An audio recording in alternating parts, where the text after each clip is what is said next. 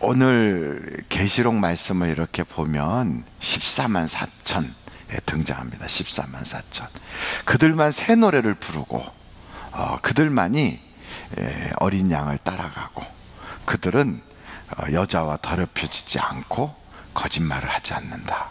이렇게 나와 있어요. 한번 여러분 성경을 한번 보세요. 1절부터 3절까지 한번 같이 여러분들이 읽어보실까요? 시작. 또 내가 보니 보라 어린 양이 시온산에 섰고 그와 함께 14만 4천이 서 있는데 그들의 이마에는 어린 양의 이름과 그 아버지의 이름을 쓴 것이 있더라.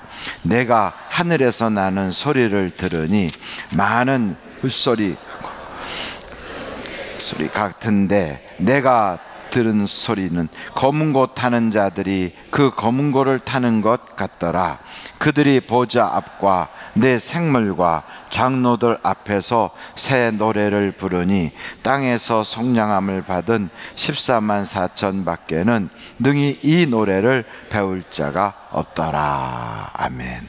근데 이 노래를 부르는 14만 4천이 어떤 사람들인가? 4절부터 5절까지 한번 읽어보겠어요. 시작. 이 사람들은 여자와 더불어 더럽히지 아니하고 순결한 자라.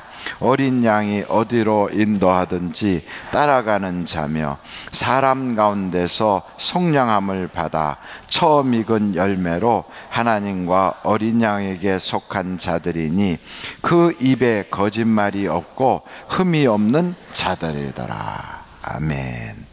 근데 이 말씀을 딱 읽었을 때 속이 확 뒤집어질 만큼 속상한 사람도 있어요. 뭐 여자와 더럽히지 마라. 그럼 여자는 더러운 거냐? 이런 생각도 하고, 또 한편으로는 그러면 여자는 다 제외되고 남자들끼리만 거기 간다고 14만 4천에 써 있나? 이런 생각이 들 수도 있어요. 그래서 성경을 볼 때 그걸 그냥 문자만 이렇게 딱 보면 속상해지는 것뿐 아니라 왜곡할 수 있어요.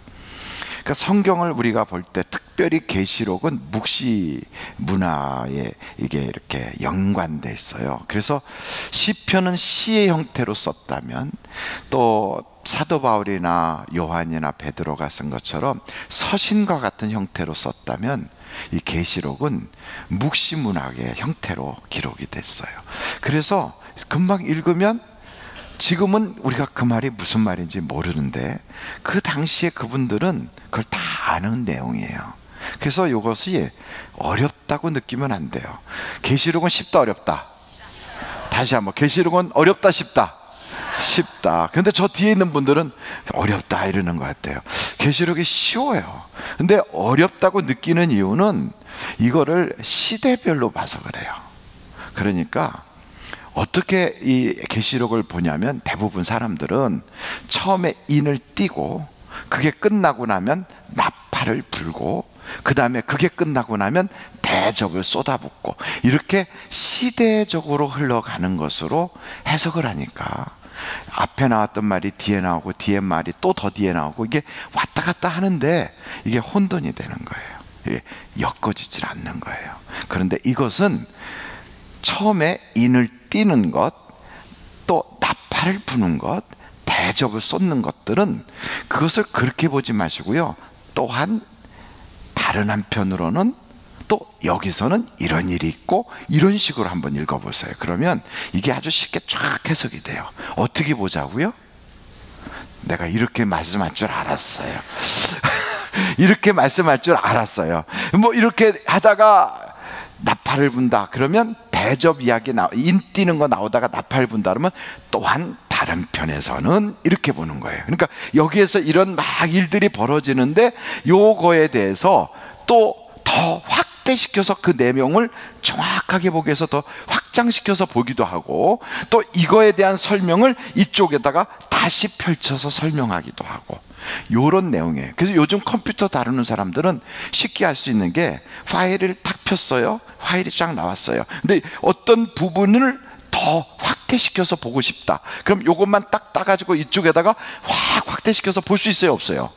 있어요. 쫙 보다가, 이것 보다가 이 말이 어디서 나온 것 같은데 하고 쫙 찾으면 또 다른 데 있으니까 그걸 또 펴갖고 쫙 돌려서 볼 수 있어요. 이런 식으로 또한 한편에서는 또 여기는 이렇게 보이고 하면서 이 계시록 전체를 하나의 큰 도화지에다가 그림을 쫙 그려놓고 이 부분을 여기다가 이렇게 더 확대시켜 그려놓고 요거는 구체적으로 설명해 놓고 이렇게 돼 있는 내용이지, 이게 요게 가고 그 다음에 요게 오고 그 다음에 요게 가고 하는 시대별로 보면은 해석이 안 돼요. 그러니까 요것을 해석하려면 여러분들이 어디로 또 가면 되냐면 14만 4천이라고 하는 요 사건이 벌어질 때는 나팔을 불 때 시작됐거든요. 그런데 한번 7장으로 한번 가보세요. 7장에 가면 인을 띄는데 거기 14만 4천이 또 나와요. 7장에 여러분 한번 여기 보실까요? 인을 띄는 중에 거기에 14만 4천이 또 나오는데 거기에 한번 보세요. 3절부터 우리 한번 읽어보시겠어요? 7장 3절 4절 시작.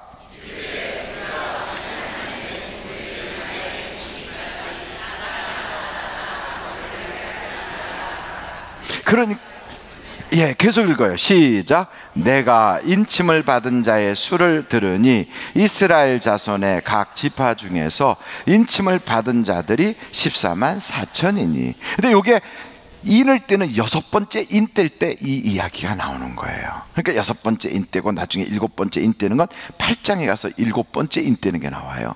그러니까 인을 떼는 일을 쭉 하는데 갑자기 여기 14장에 갔더니 또 14만 4천 나오니까 거긴 또 나팔 부는데 그게 나오거든요. 그러니까 이걸 시대적으로 보면 아니요, 아까는 또 14만 4천 나왔다가 또 여기서 또 이러고 또 나중에 여자에 대한 얘기는 또 17장에 가면 또 나오거든요. 그러니까 이게 막 짬뽕인 줄 아는데, 그러니까 혼선이 돼서 이 해석을 막 어지럽게 하는 거예요. 그게 아니고 커다란 한 면의 도화지에 전체를 같이 그려놓은 것을 확장시켜서 보기도 하고 또 세밀하게 보기도 하고 하는, 요즘으로 말하면 컴퓨터로 보여주는 것처럼 그렇게 하고 있는 거예요. 그래서 요한계시록을 보면 이렇게 나와요. 내가 보니, 내가 또 보니, 내가 또 보니, 이런 얘기가 쭉 나오다 내가 들으니, 내가 들으니 이렇게 돼 있어요. 그러니까 여러분 이거 성경을 쭉 볼 때 이것을 자꾸만 이렇게 잘라서 보려고 하지 말고 이게 한 덩어리다. 이 요한계시록 1장부터 마지막 장까지가 우리는 지금 몇 장 몇 장으로 나눠져 있지만 옛날에는 두루마리로 한 권으로 쫙 돼 있는 거였어요. 거기에 나팔 불고 또 그 다음에 인을 떼고 나팔 불고 대접 쏟고, 이것을 띄어서 보지 말고 한 편은 이렇게 보는 게 이해가 빨라요. 그래서 여러분 계시록 7장을 보시면 인침받은 사람들이 총 몇 명이에요? 지금 읽었잖아요. 4절에 뭐라고 그랬어요? 14만 4천. 근데 9절을 거기 보세요. 7장 9절. 거기에 7장 9절에 보니까 이 일 후에 내가 보니 각 나라와 족속과 백성과 방언에서 아무도 능히 셀 수 없는 큰 무리가 다 나와 흰 옷을 입고 손에 종려가지를 들고 보좌 앞과 어린 양 앞에 서서 큰 소리로 외쳐 이르되, 뭐라고 외쳐요? 다 같이 한번 읽어보겠어요. 시작.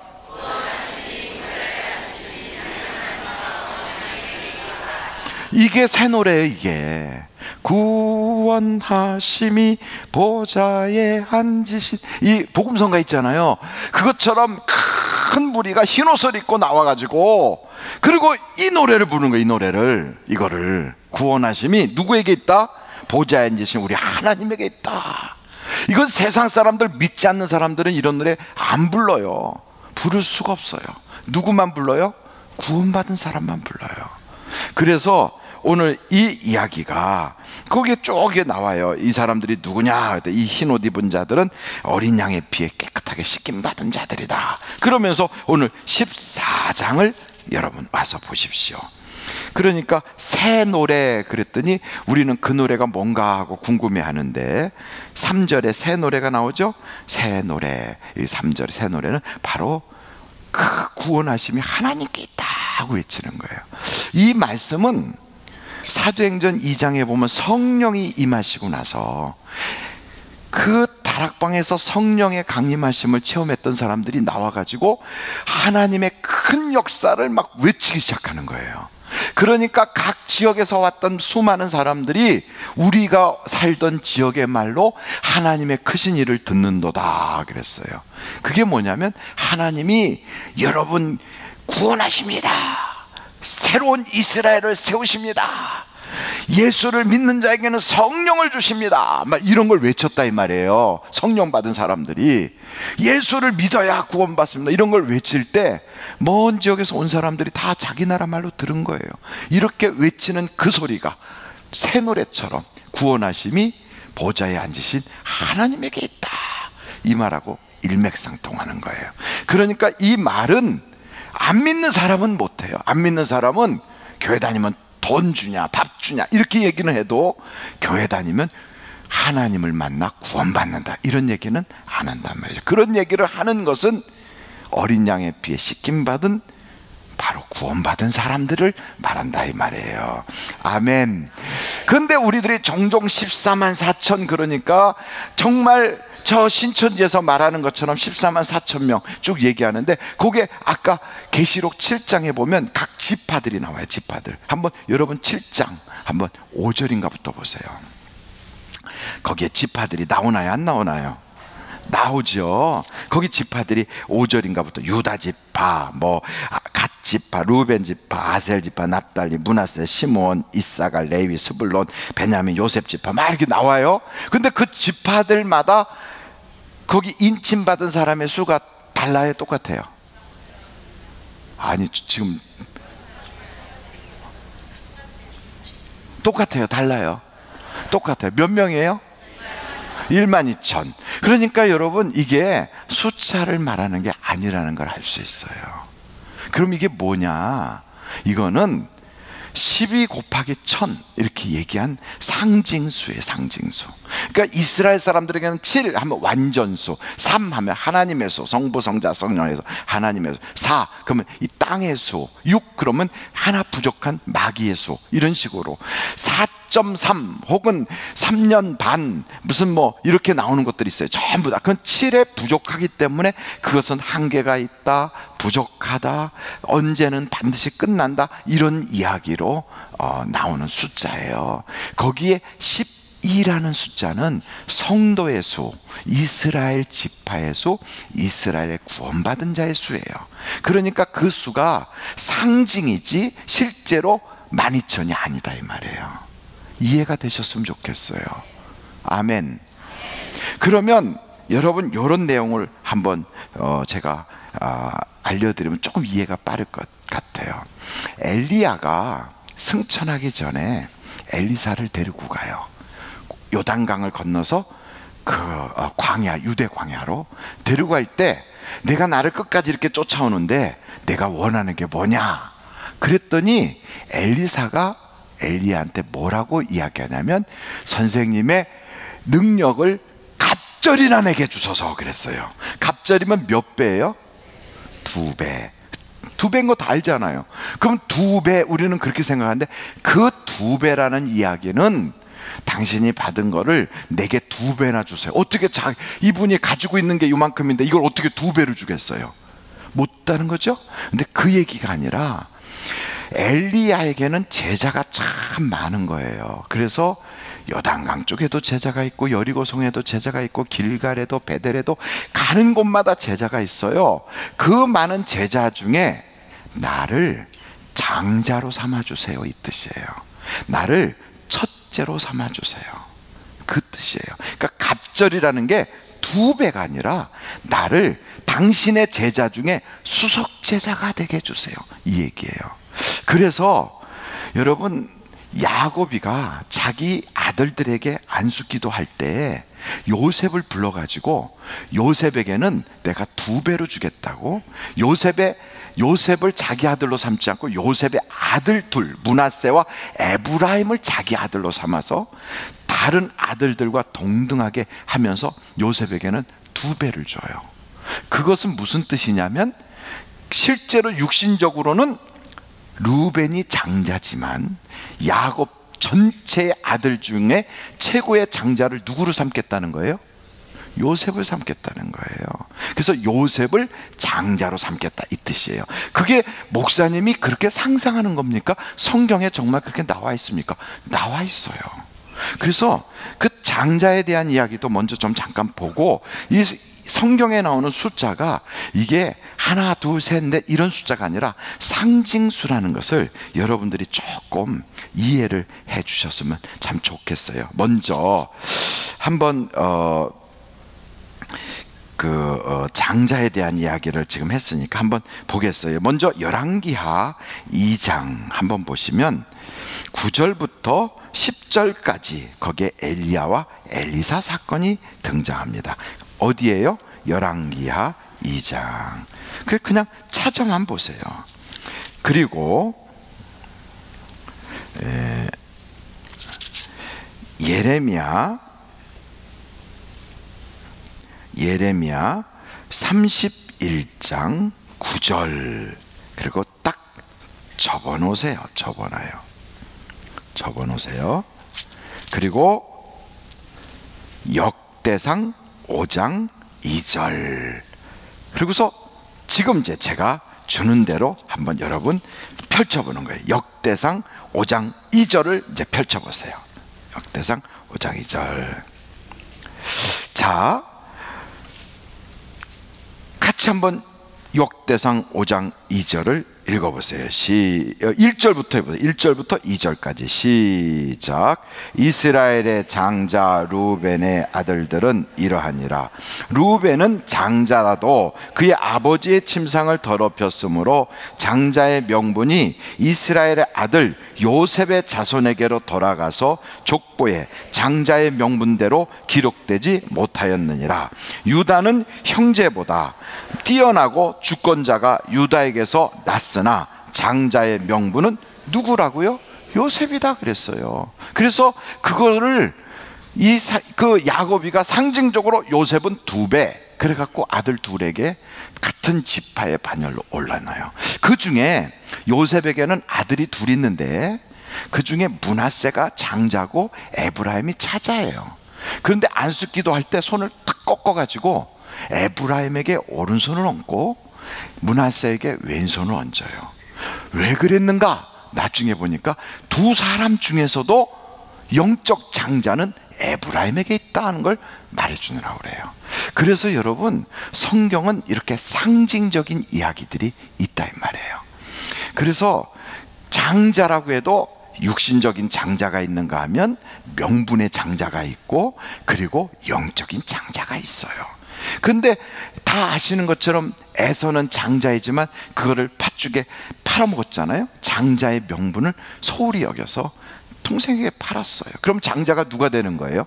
야곱이. 그러니까 아브라함, 이삭, 에서가 아니라 야곱, 그 다음에 누구예요? 요셉. 이렇게 가는 거예요. 이해가 되시나요? 그래서 2배라고 하는 것은 장자라는 뜻이에요. 장자. 그것처럼 성경에 12라는 것은 성도 이스라엘이라고 하는 뜻이에요. 그 12가. 그래서 12제자를 뽑은 것은 이스라엘의 대표로 너희들이 새로운 이스라엘이다 이렇게 한 거예요. 그래서 여러분, 예수님의 제자 12이라는 것은 다른 것이 아니라 아브라함의 후손으로, 육적인 후손은 유대인들이지만 이제는 믿음으로 인하여 영적인 후손으로 내려가는 믿음의 이스라엘을 세운 거예요. 그게 12제자예요. 그래서 12은 성도의 수, 이스라엘의 수 그래요. 거기다가 1000 그러면 많다 적다? 많다. 그래서 많다 할 때 우리는 그냥 많다 그러는데 이스라엘 사람들은 천천만만 그렇게 얘기해요.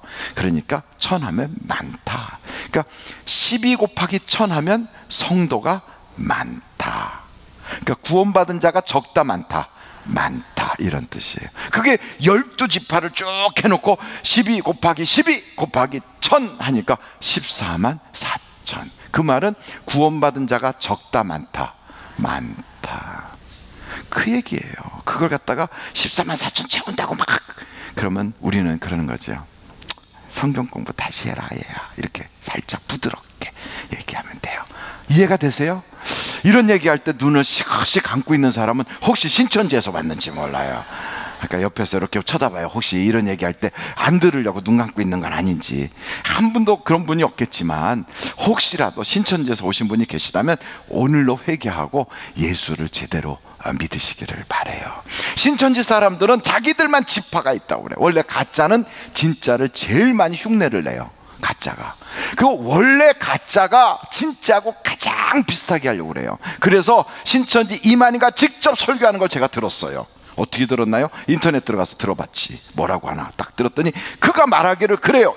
여기 잠실에서 얘기한 거예요. 잠실 체육관에서 얘기한 뭐라 하냐면 자기들은 진짜다 이거예요. 왜? 신천지 안에는 지파가 있으니까. 12지파가. 그래요. 그래서 제가 웃었어요. 원래 가짜는 진짜를 가장 그럴듯하게 흉내를 내요. 그래서 샤넬보다 더 샤넬 같은 게 그게 가짜예요. 그게 가짜예요. 근데 진짜와 가짜의 차이점은 뭐냐면 진짜는 비가 오면 어떻게 해요? 안에다 품고 뛰어요. 근데 가짜는 어떻게 비 오면 쓰고 뛰어요. 그러니까 진짜다 가짜다는 나중에 비가 오면 알 수 있어요. 비가 오면 하나님께서 그의 교주를 데려가 버리고 이 세상에서 그 사람들만 남았을 때 그 다음에 어떻게 되느냐, 그 비 올 때 쳐다보면 알아요. 아, 저 사람들이 다 뒤집어 쓰고 뛰는구나. 그럼 다 가짜인 거예요. 그러니까 여러분, 이 세상에 구원자는 오직 예수님밖에는 없어요. 그걸 모르고 이걸 자기들의 문자적으로 해석을 하면, 여기 한번 그 문자적으로 해석하면 얼마나 기가 막힌 얘기들이 나오는지, 오늘 본문 말씀이 요한계시록 14장인데 14장 4절 5절을 보면 14만 4천이라고 하는 진짜, 그거를 상징수가 아니라 진짜라고 해석을 한다면 그 다음에 4절을 보세요. 여자와 더불어 더럽히지 아니하고 순결한 자라. 여자는 그러니까 일단 제외되겠죠? 자기가 여자인데 어떻게 여기 들어가? 그죠? 여자는 제외되고, 그럼 남자 중에 여자와 살지 않은 남자만 들어가야 될 거 아니에요? 그러면 누가 들어갈까? 총각. 아이고 그냥 총각 이렇게 소리가 탁 나오네.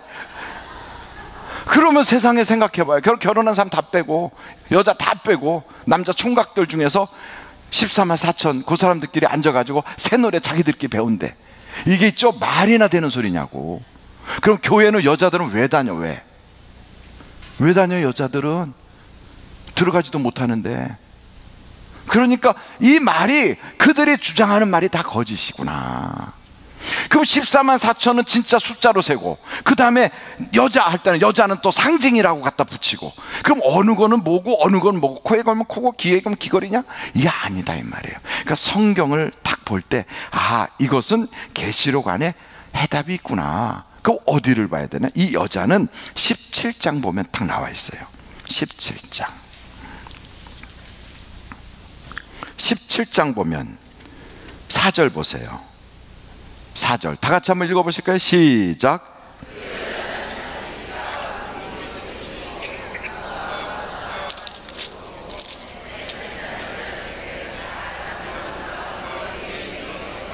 그러니까 이 가증한 더러운 것들을 가지고 있는 음행을 하는 이 여자와 더럽히지 않은 사람 14만 4천이에요. 그러니까 이 여자는 누구냐? 그랬더니 5절, 계시록 17장 5절에 뭐라 그랬어요? 그의 이마에 뭐가 있어요? 이름이 기록되었으니 비밀이라. 그 다음에 뭐라 그랬어요? 비밀이라고 해놓고, 큰 비밀이라고 해놓고선 거기다가 큰 바벨론이라 그랬어요. 이 바벨론이라는 데 줄을 쪽쪽 꺼놓고 땅의 음녀들과 가증한 것들의 어미라 하였더라. 그리고 18절 보세요. 계시록 17장 18절. 거기 또 한번 읽어볼까요? 시작. 아, 그러니까 이 여자는 단지 여자, 우리가 말하는 남자 여자 할 때 여자가 아니라 어떤 도시를 가리키기도 하고, 그 도시에서 벌어지는 어떠한 문화를 말할 수도 있고, 이 어떤 이단을 말할 수도 있구나. 이게 그 얘기예요. 그래서 이 도시, 큰 성이라고도 하는 이 바벨론이라고 하는 여기가 어디냐? 이게 베드로 전서에 딱 보면 나와 있어요. 있어요. 베드로전서를 한번 보겠어요. 5장 13절.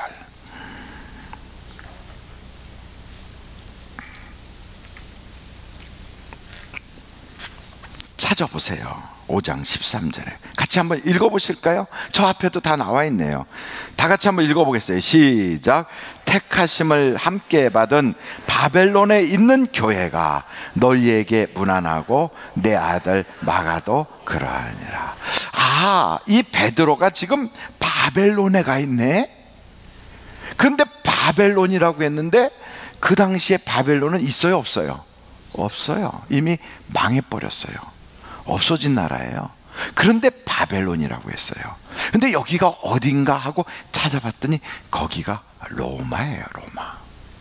로마를 로마라고 이야기하면 당시에 로마 정권이 싫어할까요? 나빠할까요? 싫어하지. 로마를 음녀라고 그러면 싫어하지. 로마가 바로 하나님 예수 그리스도를 대적하는 자이기 때문에 그들의 문화, 그들의 종교를 쫓아가는 자는 음녀와 음행을 한 것이라고 이야기하면 로마 정부가 더욱더 악이 받쳐서 더 핍박하겠죠. 그래서 로마라고 안 쓰고 음녀 혹은 바벨론 이렇게 얘기하는 거예요. 그걸 못 알아들을까 봐 큰 바벨론 밑에 큰 성 뭐 이런 식으로 표시를 또 해놨어요. 그러니까 여러분 성경을 딱 읽다 보면 이 말이 뒤에 또 설명이 다 돼 있어. 그리고 그 말은 어려운 게 아니라 쉬워요. 쉬워요, 어려워요? 쉬워요. 그래서 이것을 많은 사람들은 그러면 이 음녀가 누구냐 하고 자꾸만 찾아보려고 하는데 여러분 그건 찾을 이유가 없어요. 어떤 사람은 로만 캐토릭이다 그런데 꼭 그렇다고도 말할 수 없어요. 자꾸만 로마에 있다니까 로마 저 천주교가 그쪽에 있으니까 그렇게 얘기하는 그게 아니고요. 이것은 예수 그리스도를 대적하는 거짓 영, 거짓 교회다 이 말이에요. 그래서 교회를 여자로 나타낼 때가 많아요. 그래서 그 여자의 후손들, 하나님의 증거를 가지고 예수 그리스도의 어린 양의 보혈의 피로 씻김 받은 그의 후손 이렇게 나올 때가 있는데 또 다른 여자를 등장시킬 때는 교회와 대적 관계에 있는 세력이구나 하는 걸 알 수 있어요. 교회와 대적 관계에 있는 세력을 우리는 안티교회 이렇게 말해요. 교회를 대적하는 세력. 이 교회와 대적하는 세력과 짝짝꿍이 된 자가 음행한 자다 이 말이에요. 이해가 되세요? 그러면 교회를 지금 대적하는 자가 누굴까요? 누가 교회를 지금 대적해요? 때마다 다르지만 지금은 신천지예요. 그게 음녀예요. 음녀. 교회를 대적하잖아요.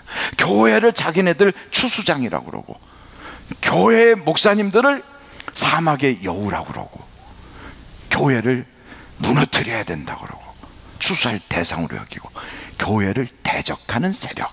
그래서 그들을 우리는 음녀라고 그래요. 음녀. 누구라고요? 아니 글쎄 그게 누구라고요? 신천지가 음녀라니까.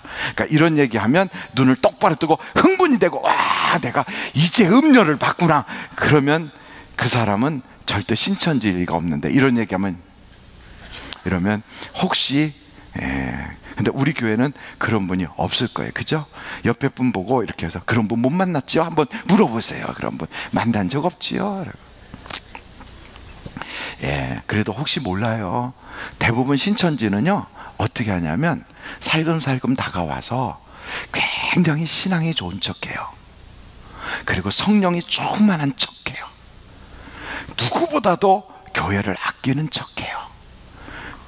이게 간첩하고 비슷해요. 간첩은 뿔이 안 달렸거든요. 비슷해요. 그런데 특징이 있어요. 누가 교회를 비판하거나 교회에 대해서 부정적 생각을 가지고 있거나 하는 사람들을 쫙 파악을 해가지고 우리로 말하면 그런 사람들을 우리는 조금 그렇게 회색 분자 이렇게 하죠. 그런 사람들을 딱 골라서 간첩들이 딱 접선하는 것처럼 성경 공부 같이 하자고 그래요. 근데 목사님한테는 말하지 말라고 그러고 다른 사람한테는 이야기하지 말라고 그래요. 참 그렇게 말하는 사람 성경 공부하자고도 요즘은 안 한대요. 그냥 집에 가서 차나 마시자고 그래요. 차 마시면서 그냥 이야기하듯이 그러면서 성경에 대해서 살짝 의문점을 던지는 거예요. 에덴 동산에 뱀이 와서 이브한테 얘기했는데 그 뱀이 진짜 뱀일까? 꼬불꼬불한? 아니면 그게 뭘까요? 이렇게 얘기하면 우리는 뭐라고 그래요? 그 뱀이 뱀이지 뭐. 그럼 아니지요. 성경은 성경으로 풀어야지요. 그러면서 다른 데 딱 찾아보면 뱀이 나오거든. 뱀이. 그게 뱀이 뭐냐 하고 딱 봤더니 이게 거짓 선지자들이 뱀이거든요. 근데 이 거짓 선지자가 누굴까요? 이게 사막의 여우 같은 것들이고요, 하나님에게 아주 나쁘게 하는 것들이거든요. 이게 뭐냐? 이게 바로 사탄의 씨고 짐승의 씨인데 이게 바로 오늘날 목사들이거든요. 이렇게 얘기를 풀어가요. 성경을 다 찾아가지고 이렇게 기가 막히게 그런 얘기를 들은 적이 있거나 그렇게 얘기하는 사람이 있거든. 신고하자 414의 2311 아셨죠? 예, 틀림없어요. 신천지예요. 신천지는 때마다 구원자가 다르다고 그래요. 시대마다 구원자가 다르대요. 노아 때 노아를 만나야 되고 모세 때는 모세를 만나야 되고, 어떻게 생각해요? 여호수아 때는 여호수아를 만나야 되고, 초림 때 예수님을 만나야 되고, 지금은 이긴 자를 만나야 되고, 그가 보혜사이기 때문에 성경을 쫙 이끌어주는 그를 만나야 된다고 그딴 식으로 꿰시는 분이 계시다면 414-2311 전화를 하시면 돼요. 아멘. 근데 그 마귀를 여러분 친하니까, 평상시 자주 만났으니까, 그리고 내가 잘 아는 집사님이고 권사님이고 장로님이니까 그렇게 얘기를 했다 할지라도 차마 설마 아니겠지. 그리고 넘어가면 이게 교회 전체에 악을 끼치는 해악의 통로가 되는 거예요. 그래서 여러분, 이 사람을 보지 말고요, 그 속에서 역사하는 영을 보고 반드시 알려야 되는 거예요. 반드시 알려야 돼요. 그러면 그 사람을 망신 주느냐? 아니에요. 알리면 그 신천지라고 의심이 되는 사람을 집중적으로 많은 목회자들이 이렇게 보면서 잘못된 부분이 뭔가 잘 가르쳐서 구원받을 수 있도록 이끌어 준다고요. 그러니까 여러분, 숨어서 살금살금 하는데 속아 넘어가면 안 돼요. 제 친구 중에 꽤나 똑똑한 친구가 하나 있었는데 그 당시만 해도 지하 서클들이 많았어요. 대학교 괜찮은 데 들어갔어요. 우리 교회 다녔어요. 우리 교회 중고등부 때. 근데 그 녀석만 서울대를 갔어요. 서울대를 똘똘했어요. 가가지고 서울대 원자력관가 거기를 갔어요. 근데 거기 가가지고 서클 한 들어간다고 그 서클, 지하 서클에 들어갔어요. 한 번도 선생님이 알려주지 않았던 세계 역사를 배우기 시작하고, 거꾸로 보는 세계 역사부터 시작해서 쫙 보다가 자본론도 보고, 그 다음에 이상한 것 쭉 하다가 그 다음에 주체사상을 딱 본 거예요. 그 다음에 눈이 확 뒤집어졌어요. 이야, 내가 몰랐던 것이 있네. 신민주의 사상이란 게 이런 거네. 그러고서는 얘가 헐딱 뒤집어져 갖고 교회도 안 나오고 세상으로 완전히 나가가지고, 그래갖고 그냥 불구스름하게 됐어요. 불구스름하게. 친구 녀석인데 아무리 얘기해도 들어먹질 않고요. 누가 뭐래도 안 들어요. 불구스름하게. 그러더니 이제 세월이 한참 지나서 이제서 정신이 조금 들었어요. 이제서 몇 년이 지났어요? 35년이 지났어요. 이제서 정신이 들어서 이제서 사회생활을 제대로 하려고 하니까 직장도 없어요. 해놓은 것도 없어요. 아무것도 없어요. 인생이 다 망가졌어요. 이야, 너무 비참하잖아요. 한 사람을, 인생을 깡그리 말살시켜 버렸어요. 잘못된 교육 6개월 받았는데. 여러분, 신천지 가서 6개월 받고 나면요, 장로님도 신천지 아주 골수분자 돼요. 목사도 신학교 선치하는 데 나온 사람은 거기 가서 6개월만 받고 나오면 당장 이만희 총회장 앞에 가서 무릎 꿇고 이러고 있어요. 이러고. 그러니까 여러분, 그런데 절대 빠지지 않기를 간절히 바랍니다. 옆에 사람한테 우리는 교회 중심, 예수 중심, 오직 성령만 쫓아갑시다 하고 인사하시기 바래요. 시작.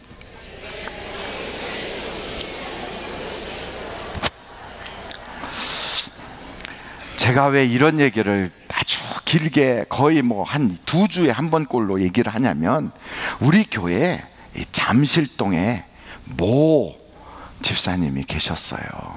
모 집사님이. 근데 그분이 교회에 중직도 했어요. 그런데 그분이 나중에 알고 보니까 신천지였어요. 신천지. 그래서 제가 이런 이야기를 하는 거예요. 결국은 우리 교회 출석을 안 하고 있어요. 그렇다면 그런 분이 한 분 계셨다는 것은 보통은 그분 주변에 많은 사람들이 있었다는 거거든요. 그래서 제가 아주 주의 깊게 얘기하는 거예요. 신천지 갔다 왔다고 문제가 되겠어요? 성경을 보세요. 그런 음녀와 함께 더럽힘을 받으면 어린 양의 피로 씻김 받은 자와는 구별되잖아요. 새 노래를 부를 수도 없잖아요. 그런 사람은 우리 주님의 인을 받지 않고 엉뚱한 걸 받잖아요. 그래서 저는 여러분에게 강조하는 거예요. 한번 성령으로 시작했으면 끝까지 성령으로 마쳐야지, 성령으로 시작했다 육체로 마치는 자가 없기를 바라요. 신천지는 성령을 주장하지 않아요. 그 사람도 성령을 부인해요. 성령은 믿는 자의 죽은 자의 영혼이라고 생각해요. 그래서 사람이 이 살아있는 영혼, 육신에 막 붙어버린다고 그래요. 그러니까 이상한 생각을 가지고 삼위일체도 안 믿어요. 그러니까 그런 사람들에게 속지 않기를 간절히 바라요. 혹시 여기에 정보부, 신천지 정보원이 있어요? 오셨다가 회개하고 돌이키기를 간절히 바랍니다. 아멘. 자, 계속 보겠어요. 자, 한번 여러분 거기에 계시록 14장 4절 보세요. 14장 4절. 이제 여러분이 성경을 보면서 14장 4절 한번 같이 읽어보겠어요. 시작.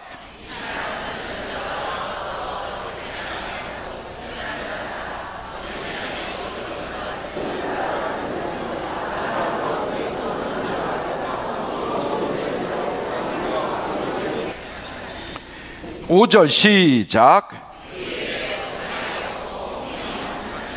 아멘. 여기에 두 가지를 우리가 잘 봐야 돼요. 첫째, 처음 익은 열매.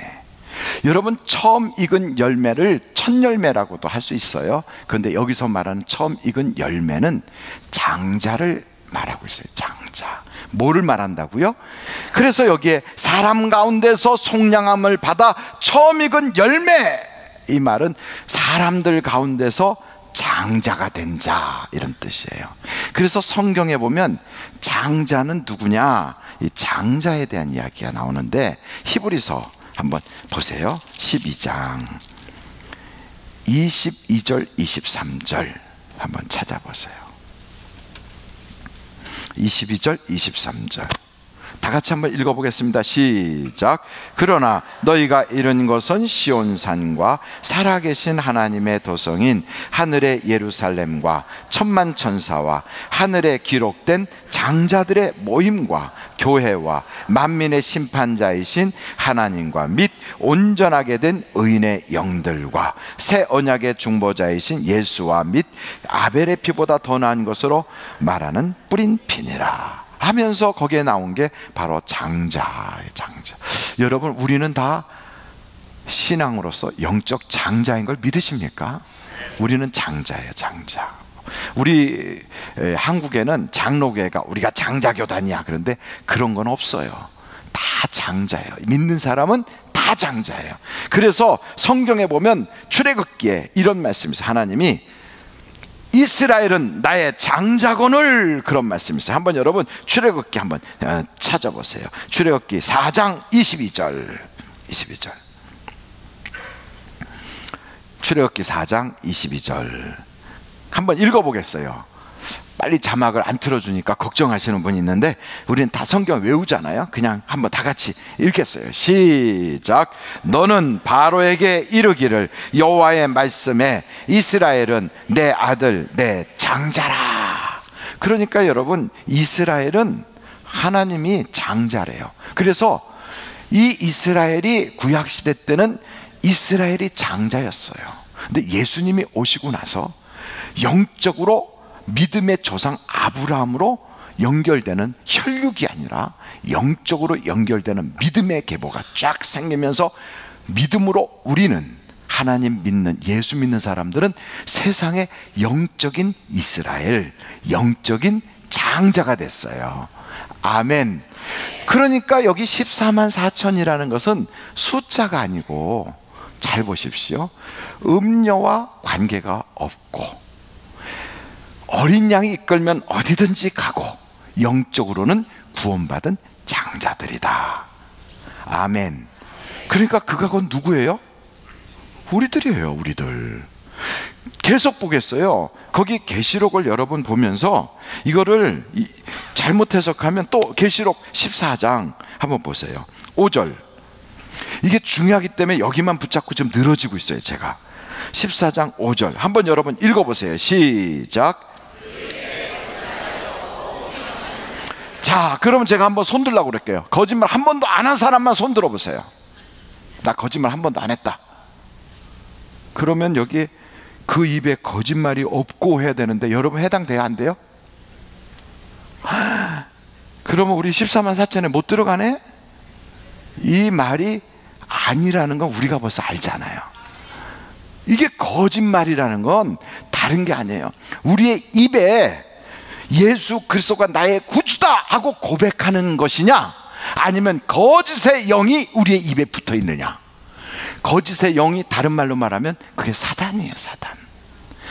거짓의 압이에요. 그러니까 우리의 입이 예수님을 나의 구주라고 고백하는 자냐, 아니면 우리의 입이 예수는 나하고 상관이 없어 라고 말하는 자냐, 쫙 갈라지는데, 그렇게 말하는 자를 거짓말하는 자다 그러는 거예요. 이해가 돼요? 그러니까 우리가 지금 이거를 말하려면, 목사님 그걸 초대교회 성도들이 알아들었을까요? 하지만 그 사람들은 그렇게 자기들이 계속 해왔기 때문에 그게 더 쉬워. 근데 우리는 그렇게 안 했기 때문에 지금 이거를 2000년 전으로 돌아가서 그때 상황에서 읽어보려니까 지금 우리가 해석이 어려워지는 거예요.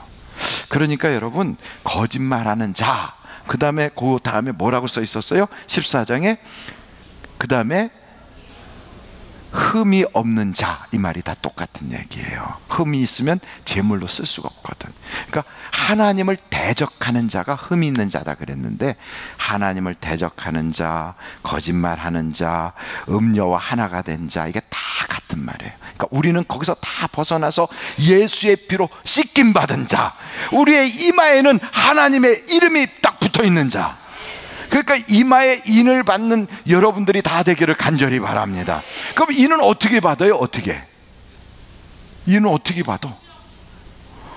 자, 그럼 인을 받는 거에 대해서 사지선다형으로 제가 물어볼게요. 인 받는 방법. 첫째, 목사님에게 도장을 하나 찍어달라고 한다.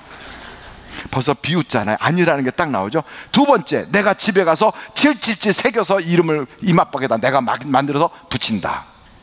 세 번째, 하나님을 뜻을 다하고 마음을 다하고 그리고 모든 힘을 다해서 사랑하는 고백을 가지고 산다. 그리고 네 번째, 에라 모르겠다. 뭐예요? 참, 인을 받는다는 게 하나님 사랑합니다 하고 사는, 바로 그게 인받은 거예요. 인받은 거. 근데 그렇게 하려면 세상 욕심이 많고 이 세상에 죄가 많아서 돈을 사랑해요. 세상 쾌락 사랑해요. 나는 자식밖에 몰라요. 나는 내 인생의 성공이 제일이에요. 이렇게 알던 사람이 하나님이 내게 최고의 기회예요, 하나님만 사랑합니다, 이렇게 바뀌려면 뭘 해야 되냐면 회개하고 성령이 우리 속에 들어오시면 우리가 그렇게 바뀌는 거예요. 그래서 이마에 인을 받는다라고 하는 표현은 신명기서 6장에 나와 있다고 그랬잖아요. 거기에 신명기서 6장 4절부터 보면 이스라엘 사람들은 쉐마라고 하는데, 하나님을 사랑하는 걸 손목에 메고 하나님을 사랑하는 것을 이마에 붙이고, 하나님을 사랑한다고 너희는 문 설주에다 붙이고 바깥문과 안의 문에다 붙여라. 우리 말로 말하면 밖에 대문하고 안의 현관에다 붙이라, 이 말이에요. 그 말은 다른 말로 말하면 예수 믿는 사람이라는 걸 티내고 다녀라, 이 말이에요. 예수 믿는 것을 티내는 가장 좋은 방법으로 우리 주님이 이렇게 얘기했어요. 사람들 앞에서 나를 시인하는 자는 나도 천사 대사와 아버지 앞에서 너를 안다고 하리라. 이게 티내고 다니는 거예요. 이게 여러분, 이마라고 그러니까 이마, 여기만 딱 생각하는데, 여기다가 도장 받는 줄 아는데, 성경은 얼굴 전체를 이마로 표현할 때가 많아요. 너는 이마가 굳은 자로다. 너는 너의 이마를 철강석같이 굳게 하여 하나님 앞에 뻔뻔하도다. 이런 얘기들이 나와요. 그 말은 얼굴, 내 자기 너무 뻔뻔해, 이런 뜻이에요. 회개하지 않아서. 그래서 오늘 이 말씀 전체를 딱 집약하면, 이마에 인을 받은 어린 양을 따라다니는 14만 4천이라는 것은 쉽게 말하면 예수 그리스도를 구주로 영접하고 하나님을 사랑한다고 고백하는 믿는 성도, 그들은 나의 구원받은 것은 내 공로가 아니고 보좌에 앉으신 하나님이 구원해 주셨습니다, 이렇게 고백하게 된다는 거예요. 이해가 되십니까? 그 사람들이 바로 14만 4천이고 그 사람들이 천국에 갈 사람들이고 그 사람들이 구원받은 거예요. 그러니까 여러분들은 다 14만 4천에 들어가요, 안 들어가요? 안 들어가는 사람만 손 들어보세요. 다 들어가요. 그러니까 여러분, 우리는 누가 별소리를 다 해도 하늘이 무너지고 땅이 솟아나고 뭐 어디서 후지산에서 뭐가 터지고 어디서 지진이 나고 그런다고 휘달리지 마세요. 후들후들하지 마세요. 이미 우리는 받아놨어요. 예수 그리스도를 통하여 구원받은 자들이에요. 구원받은 자. 그래서 두려워하거나 염려하거나 떨 필요가 전혀 없어요. 그래서 이 성경 말씀 14장에 보면 우리 주님이 그래요. 이제 천사들을 보내갖고 막 그래요. 무너졌도다 무너졌도다 바벨론이요 하면서 8절에 보면 바벨론이 막 무너지는 얘기가 나오고, 그 다음에 6절 7절은 하늘과 땅과 바다와 물들의 근원이신 이를 경배하라. 이게 이제 뭐예요? 오직 하나님만이 너희의 구주시다, 이렇게 얘기하고, 그러면서 세상에 믿지 않는 사람들은 돈이 최고야, 명예가 최고야, 권세가 최고야, 이런 표나받으라고 9절부터 이야기하는데, 중요한 게 14절부터 20절 보면 하나님의 심판이 다가온다 하는 얘기예요. 그래서 여러분, 이 계시록 14장을 이제 정리하겠어요. 산만하게 말씀드려서 죄송한데 1절부터 5절까지가 이마에 임받은 구원받은 사람들에 대한 이야기예요. 그 구원받은 사람들이 6절 7절에 하나님께 새 노래를 부르는 거예요. 그 새 노래가 뭐예요? 바로 하늘과 땅과 바다와 물들의 근원을 만드신 이를 경배하라 하는 그 새 노래예요. 그리고 8절은 바로 진노의 포도주를 먹이던 자, 바로 음녀에 대한, 음행에 대한 거예요. 이단에 대한 얘기예요. 9절부터 바로 쭉 여러분들이 13절까지 쭉 보면 바로 세상에 도장받지 말고 하나님의 인을 받아라, 성령의 도장을 받아라, 그런 거예요. 그러면서 14절부터 16절까지는 알곡을 추수하는 이야기, 17절부터 20절까지 이야기는 쭉정이를 추수하는 이야기, 이렇게 갈라져요. 그러면 쭉정이는 천사가 와서 싹 모아가지고 진노의 포도주 틀에 넣고 질겅질겅 밟아서 그렇게 진노의 포도주 한다는데, 그 내용이 17절부터 20절에 진노의 포도주가 나오잖아요. 이 이야기는 마치 전제를 드리는 제사장의 의복을 입고 붓는 것 같은 그런 포도 송이를 이렇게 심판하는 이야기인데, 거기에 보니까 말 굴레까지 닿았는데 1600 스타디온이다 이렇게 나와 있어요. 1600 스타디온이면 얼마냐면 180에서 185m예요. 그게 우린 놀래지도 않는구나. 여러분, 저기 여기 롯데백화점 바로 옆에는 롯데 제2 롯데 빌딩, 그거 100 몇 층짜리, 그거 몇 미터예요? 예? 555. 그 555면 그거의 3분의 1? 아니 5분의 1? 180은 3분의 1 정도. 그 3분의 1 정도까지 포도송이의 피가 가득 찬다는 얘기예요. 그러니까 엄청난 많은 사람들이 구원받지 못하고 죽는다, 이 얘기가 바로 계시록 14장에 나와 있어요. 그런 때에 하나님의 아들 예수님이 먼저 알곡을 거두는데 너희들은 알곡이 되어라. 한번 절따라 알곡이 됩시다. 알곡이 됩시다. 자, 알곡의 특징 가장 중요한 건 어린 양이 끄는 대로 어디든지 간다. 다시 한번, 어린 양이 끄는 대로 어디든지 간다. 그러니까 주님이 오라 하면 가는 거예요. 주님이. 근데 주님이 아닌 자가 부를 때는 가면 안 돼요. 그러니까 예수님이 우리의 목자가 됐을 때 주님이 말씀하시면 아멘이에요. 이 말씀은 누구의 말씀이에요? 주님의 말씀이에요. 그러니까 말씀대로 여러분들이 순종할 수 있기를 간절히 바랍니다. 그러니까 사람 소리 쫓아다니지 마세요. 세상 소리 따라다니지 마세요. 오직 하나님의 말씀이 나로 하여금 이끌어가게 해야 돼요. 그래서 여러분, 이제 2016년도가 이제는 5월달이 끝나가요. 바로 다음 주에는 부흥집회가 있어요.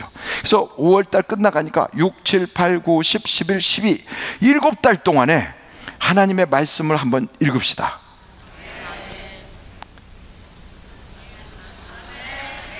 한 번은 읽어봐야 되잖아요. 왜 안 읽으려고 그래? 어디는 그러더라고, 하나님 말씀을 씁시다 그러더라고. 그런데 나는 쓰자고는 안 하잖아요. 어떤 교회는 쓰자고 그래. 이거 다 써가지고 교구별로 구역별로 써가지고 이거를 하나로 딱 묶어가지고 성경책 한 권을 만들어가지고 저런 데 앞에다가 딱 갖다 펼쳐놨어. 이렇게 우리 교회 전교인이 쓴 성경책 이래가지고. 저는 그렇게는 안 하잖아요. 그 대신 읽읍시다. 그래서 이번 주일날 바로 내일 모레예요. 이번 주일날 성경을 읽는 표를 다 나눠드리려고 그래요. 성경 읽는 표를. 싫은 사람 성경 읽는 표를 다 나눠드릴 거예요. 그리고 성경을 읽고 체크를 할 거예요. 다 모을 거예요. 그리고 3개월에 한 번씩 성경시험을 볼 거예요. 성경시험 1등하는 사람에게는 뭐 자전거 등등을 이렇게 드리려고 그래요. 성경시험을 볼 거예요. 그러니까 성경시험을 이렇게 딱 모세오경에서 한 번, 그 다음에 구약 나머지에서 한 번, 그리고 뒤에 신약 성경에서 한 번 이렇게 딱 이렇게 잘라가지고 3, 4, 12. 근데 3개월, 3, 3은 9. 아이고 좀 부족하네. 그래도 어떻게 됐든 그래갖고 세부도 딱 나눠가지고 나는 자신이 없다 하는 사람은 성경 일독 학교에 들어가요. 자신이 없으면 들어가면 거기서 문제를 다 드릴 거예요. 미리 배워야 돼요. 하나님의 말씀이 아닌 것을 엉터리 같은 데 가서 배우지 말고, 여러분 기도도 아무 데나 가서 하지 말고, 말씀을 배우는데도 아무 데서나 하지 말고, 신앙생활 봉사도 아무 데서나 하지 말고, 아무 데서나 하는 것이 그게 사입이요. 정확하게 하는 데서 하는 게 그게 정상인 거예요. 오늘 여러분 이 말씀을 붙잡고 내가 살겠다고 결심하고, 여러분 누가 유혹해도 흔들리지 않는 인받은 사람인 걸 꼭 기억하기를 간절히 바라요. 한번 앞에 의자를 딱 붙잡으세요. 붙잡고 이제부터 한번 강하게 기도를 하는데